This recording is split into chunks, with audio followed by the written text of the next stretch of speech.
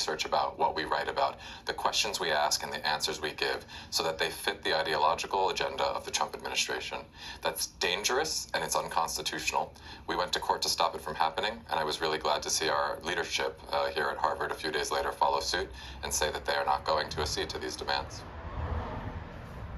And Professor Crespo, I want to congratulate the AAUP chapter there for taking this stance, but I'm wondering why didn't since it appears to be so clearly illegal to do this, why the university itself hasn't gone to court?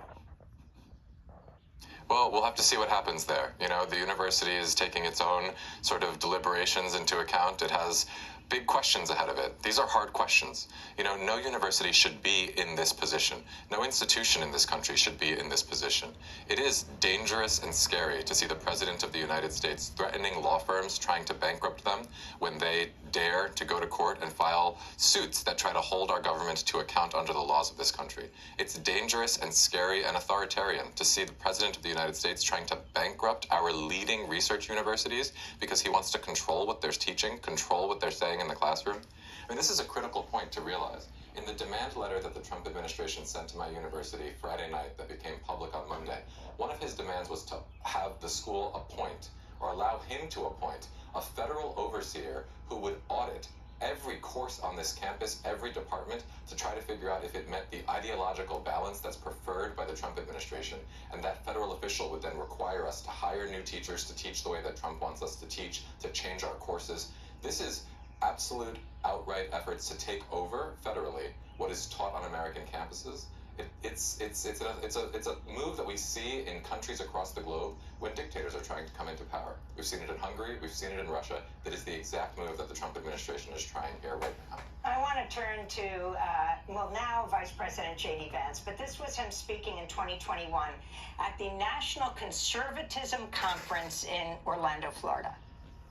I think if any of us want to do the things that we want to do for our country and for the people who live in it, we have to honestly and aggressively attack the universities in this country. We have to attack the universities of this country. Professor Crespo, you have talked about Trump's demands, and now Trump-Vance demands, saying that they're right out of the authoritarian's playbook, and you just talked about other countries in the world. Explain exactly what you mean, and the many demands that the Trump administration has made of Harvard. Of course, it did it of Columbia, and you might have something interesting to say about Columbia caving to those demands, making demands of Northwestern, where one is in Chicago, saying that they'll cut $750 million. Brown University, they'll cut $500 million.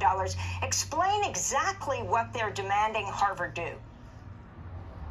Well, I think it's so critical that you played that clip from the now vice president from years ago, because I think it really makes clear what this is all about. You know, the Trump administration is asserting and claiming in these most recent threats that it is trying to purge these universities of anti-Semitism. Now look, I am second to no one in making clear that anti-Semitism is something that is vile. I think of it as a form of racism and intolerance, but that is not what these investigations are about, as evidenced by the fact that J.D. Vance was talking about the universities as enemies years and years ago. This is an effort to try to take over the ideological agenda of the country by taking over universities. It's an effort. When I say a page out of the authoritarian playbook, I'm talking about what we learn from lessons of history and across the globe. When people come into power and try to control and hold on to power contra the norms of a constitutional democracy, they attack the critical institutions of a free and open society. They attack the press, they attack the courts, they attack the legal profession, and they attack universities. And that is exactly what we have seen this administration doing relentlessly over the first months of its second term.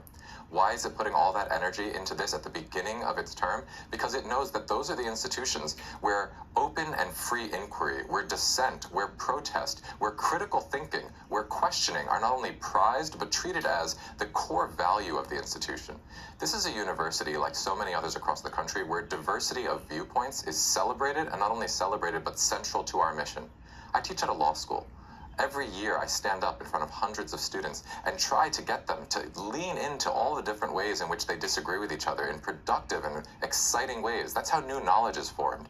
When you try to suppress that type of differences of opinion and impose your own ideological agenda on a university from the government, you're trying to suppress speech on a campus. And I think the reason to do that is because people know that open open, free inquiry and free speech are some of the critical aspects of maintaining a democracy in the face of threats to it. So that's why I say it's a page out of that playbook.